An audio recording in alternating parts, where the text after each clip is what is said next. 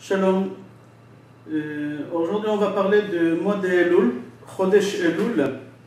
Il faut savoir que le mois de Elul, c'est le mois qui résume toute l'année. C'est le mois où on doit faire un bilan, un travail de conscience de toute l'année. C'est le mois de la Teshuvah. C'est un mois qui est très très propice pour pouvoir faire la Teshuvah. On va expliquer pourquoi ce mois-ci, par rapport à toute l'année, qu'il est vraiment propice pour faire Teshuvah. Et parce que c'est un mois qui est très propice pour faire Teshuvah, c'est pour ça que Chachamim, ils ont instauré pendant ce mois-ci beaucoup de coutumes, des choses qui font rapprocher l'homme à Hachem, des choses qui font réveiller la Neshama, l'âme de chaque juif pour se rapprocher à Kadosh Baruch Hu. Au mois de Elul, Rosh Chodesh Elul, le premier jour du mois de Elul, Moshe Rabbeinu il est monté pour la troisième fois au Har Sinaï pour amener les deuxièmes tables de la loi. Il est resté là-bas 40 jours, et 40 jours après, il est redescendu, et si vous comptez depuis le premier jour de Rosh Chodesh Elul, 40 jours, le 40e jour, ça tombe le 10 Tishrei. Le 10 Tishrei, c'est Yom Kippourim. C'est-à-dire que Moshe Rabbeinu, il est redescendu de Har Sinaï, avec l'étape de la loi, c'est Yom Kippourim. Et au moment que Moshe il est revenu avec l'étape de la loi, il a annoncé au Béné Israël qu'Akadosh Baruch Hu il leur a pardonné sur les péchés de Vaudor qu'ils ont fait par rapport aux premières tables de la loi. Et suite à ça, jusqu'à aujourd'hui, on dit que c'est des jours propices pour faire teshuvah, puisqu'Akadosh Baruch Hu il a dit qu'il nous pardonne ce jour-là, le jour de Kippour, sur tous les péchés qu'on fait, c'est un jour de pardon. Alors suite à ça, puisqu'on a vu que c'était un moment propice, qu'Akadosh Baruch Hu il a pardonné sur le Vaudor, que c'était un grand péché, alors on dit pendant les 40 jours que Moshe Rabbeinu est monté au Har Sinaï, ces 40 jours ils sont vraiment propices pour faire teshuvah, et c'est pour ça on se prépare le jour de jugement, le jour de Yom Kippour, en faisant teshuvah pour arriver vraiment propre. Il y a des coutumes pendant le mois de Elul de sonner le shofar. Chez certaines communautés, on sonne le shofar à la fin de la tfila. Certains, ils sonnent le shofar tous les jours pendant Slichot et à la fin de Shachrit. Pourquoi on sonne pendant tous les mois de Elul? Parce que c'est marqué dans la Torah, Tikrou b'chodesh shofar b'kesel yom chagenu. Tikrou b'chodesh, vous allez sonner b'chodesh, le mois. Chachamim, ils ont déduit, puisque c'est marqué sonner le mois, c'est-à-dire qu'on doit sonner pendant tout le mois. C'est pour ça qu'on sonne pendant tout le mois de Elul le shofar. On fait un arrêt de sonnerie de shofar, on sonne pendant tout le mois, mais veille de Rosh Hashanah, on arrête de sonner le shofar. Il y a deux raisons. La première raison, c'est pour faire une séparation entre les sonneries obligatoires et les sonneries qui ne sont pas obligatoires, qui sont coutumes. C'est-à-dire pendant tout le mois de Elul, on a sonné, c'était des sonneries pas obligatoires, c'était des coutumes. Et là, on va sonner pendant le jour de Rosh Hashanah, les 2 jours de Rosh Hashanah. Si le premier jour ne tombe pas Shabbat, alors on va sonner. Et le shofar, c'est une obligation, dans la Torah, c'est marqué. Alors pour faire une séparation entre les deux sonneries pas obligatoires et obligatoires, on arrête, on fait un stop d'une journée et après on reprend le premier jour de Rosh Hashanah et le deuxième jour de Rosh Hashanah. Je précise bien, si le premier jour de Rosh Hashanah tombe un Shabbat, on ne sonne pas. Deuxième raison pourquoi on sonne, on fait un arrêt d'une journée, veille de Rosh Hashanah, on ne sonne pas. La raison qui est connue, que la Gemara rapporte, pour être mebalbel le Satan. C'est-à-dire quoi mebalbel le Satan?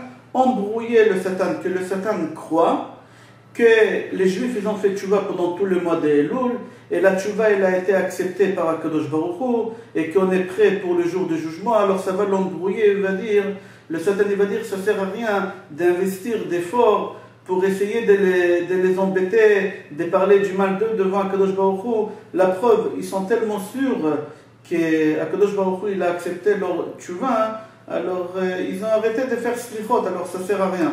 C'est-à-dire c'est pour embrouiller le Satan. Il y a une coutume aussi que pendant tous les mois de Elul, on fait slichot. Alors en Israël, parce que les gens, pour ceux qui étudient la Torah, et pour qu'ils puissent se reposer pour faire les tfilotes comme il faut, étudier la Torah comme il faut, alors ils font slichot à partir des minuit, hors relative.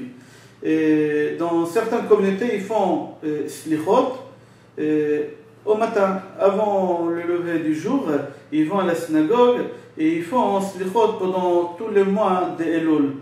Chez les Ashkenazim, chez les Chassidim, ils commencent une semaine avant. Maintenant, au début de la semaine de Rosh Hashanah, maintenant, si il y a moins que 4 jours, alors ils commencent bien avant. Il faut qu'il y ait 4 jours d'écart de Yom Chol, des Slichot, qu'on doit faire des Slichot avant Rosh Hashanah. On continue encore à faire Slichot pendant les 10 jours de pénitence. Chez les Chassidim, ils ne font pas Slichot pendant les 10 jours de pénitence, ils font Slichot seulement le jour des jeûnes de Gedalia, c'est le 3e jour de Tishrei. Gimel Tishrei, ils font Slichot parce que c'est un jour aussi de Ta'anit Tzibur, c'est un jour de jeûne. Les Ashkenazim et les Sfaradim rajoutent dans la Tfila, et alors les Ashkenazim ils rajoutent à Shachrit et à Mincha, Tehillim Chavzain, les David Hashemori Vishe. Les Sfaradim, nous on a l'habitude de le faire avant Arvit. Pourquoi on fait ce psaume? Parce que dans ce psaume-là, on parle beaucoup de Teshuvah, il parle là-bas beaucoup des fêtes qu'il y a pendant le mois de Tishrei, de Rosh Hashanah, Kippour, etc. Alors c'est pour ça qu'on a l'habitude de faire ce psaume 27. Au mois de Elul, aussi on arrête notre rythme de vie habituel de toute l'année, on court, on se lève le matin, on fait la tfila, on travaille, on rentre fatigué, etc. Alors on arrête, on prend un laps de temps pendant ce mois-ci et on fait un travail de conscience, on fait un bilan pour voir cette année qu'est-ce qu'on a pu s'améliorer, qu'est-ce qu'on a pu avancer, toutes les bonnes choses qu'on a pu faire et aussi toutes les choses qu'on n'a pas pu faire, les bonnes choses qu'il fallait faire et qu'on ne les a pas fait. Et on prend sur nous des engagements pour la nouvelle année qu'elle va venir. On s'engage à essayer de se forcer et de s'améliorer dans nos actions, d'essayer de faire des choses qui sont beaucoup mieux.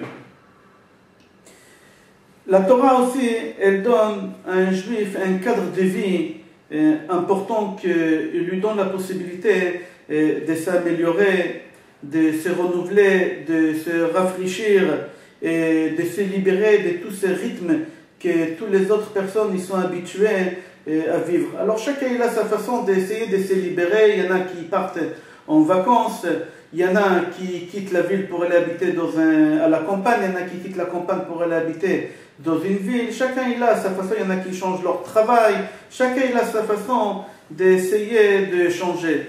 Mais nous, en tant que le peuple d'Israël, les Juifs, Akadosh Baruch Hu nous a donné une possibilité chaque mois, chaque semaine dans la paracha qu'on lit, chaque année qu'elle arrive, d'essayer de se rafraîchir, de se renouveler, de s'améliorer, d'avancer, etc. La vérité, celui qui vit d'après la Torah, cette personne-là qui vit d'après la Torah, il est libre. Il se sent libre tout le temps. Il n'a pas cette obligation tout le temps vivre avec le stress et avec les obligations. Parce que la Torah nous donne cette possibilité, ce cadre de vie, qu'elle nous donne cette possibilité de s'échanger, de s'aérer, si on peut dire. Et le calendrier juif, il est tellement homogène qu'on peut, Baruch Hashem, sans avoir ce besoin que les autres ont pour y aller en vacances ou pour déménager, pour se sentir un changement, pour essayer d'avancer. Dans le calendrier juif, on a des jours de deuil, on a des jours de joie, on a des jours de repos, on a des jours de fêtes, etc. Alors, Baruch Hashem, ça nous permet un peu de ne pas vivre dans le même cadre, dans le même rythme de vie. Je continue concernant le mois d'Elul, comme dans le monde des affaires, une fois par an, on arrête, on stoppe les affaires, on fait, en hébreu ça s'appelle les ma'azan, on fait le bilan pour voir est-ce qu'on est...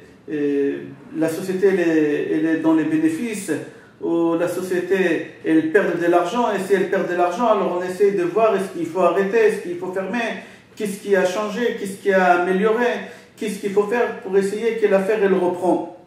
C'est la même chose au mois de Elul, on arrête ce rythme-là pendant toute l'année pour essayer de voir qu'est-ce qu'on peut s'améliorer, qu'est-ce qu'on peut avancer, toutes les choses qu'on ne les a pas fait, qu'on devait les faire, qu'on ne les a pas fait. Au contraire, Chas v'Shalom, toutes les mauvaises choses qu'il ne fallait pas faire, et qu'on les a fait, on essaie de chercher où il faut améliorer. Le point il faut améliorer, on essaie de faire en sorte de s'engager à s'améliorer pour l'année qu'elle arrive.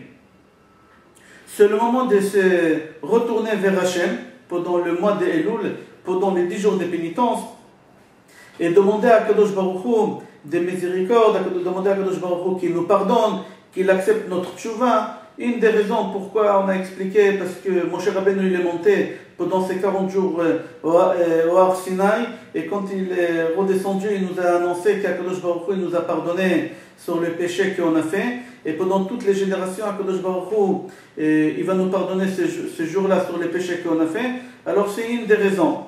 Mis à part ça, on dit que pendant cette période, on appelle ça Amelech Basadeh. C'est l'Admour Hazaken, Rabbi Shneur Zalman Milad, il dit comme ça que cette période, on peut l'expliquer que Akadosh Baruch Hu, c'est un Mavdil, c'est comme un roi qui toute l'année il est enfermé dans son palais et on n'a pas la possibilité de s'approcher à lui parce que il y a des gardiens, il y a des murs, il y a plein de choses qui protègent le roi. Alors pour pouvoir rentrer, pénétrer, le voir, parler avec lui, c'est très très difficile. Et il y a un moment que le roi, il sort dans le champ, et il se promène, et il n'y a pas de gardien autour de lui, il n'y a aucun mur qui le protège, qui l'entoure. Alors on a beaucoup plus de facilité de s'approcher au roi et parler avec lui et lui demander des choses. C'est exactement un mavdil avec Akadosh Baruch Hu, notre Père, le roi de rois, Melech Malchei Amlachim Akadosh Baruch Hu, que pendant toute l'année on a du mal à s'approcher à Akadosh Baruch Hu. Pour pouvoir s'approcher à Akadosh Baruch Hu, il faut se purifier, il faut prier, il faut faire beaucoup de choses pour essayer un peu de se rapprocher à Akadosh Baruch Hu si on a cette chance-là. Mais pendant le mois de Elul, on a cette possibilité de s'approcher à Kadosh Baruch Hu beaucoup plus facilement que toute l'année. Et au moment qu'on a cette chance de pouvoir s'approcher à Kadosh Baruch Hu et lui parler, lui demander, c'est pendant le mois de Elul, pendant les 10 jours de pénitence. Alors c'est pour ça, ce mois de Elul, c'est un mois qui est très très important, c'est un mois qui est propice, c'est un mois qu'Akadosh Baruch Hu il se retrouve très très proche de nous, et c'est un mois que toutes les portes des ciels ils sont ouvertes, qu'on peut demander à Kadosh Baruch Hu toutes les choses. Mais Kadosh Baruch Hu nous demande une seule chose. Kadosh Baruch Hu il dit, venez, revenez vers moi, faites tchouva, et à partir du moment que vous allez revenir vers moi, à partir du moment que vous allez faire tchouva, moi je viendrai vers vous, et moi je ferai la route avec vous. Je souhaite à chacun Be'ezrat Hashem, à nous tous, qu'on puisse faire tchouva shlema Be'ezrat Hashem, et qu'on puisse, Be'ezrat Hashem, finir cette année, comme on dit dans les tfilot, Tichle Shana Vekil Elotea, Tachel Shana Birkotea Be'ezrat Hashem, Tisku le Shanim Rabot, Neimot Vetovot.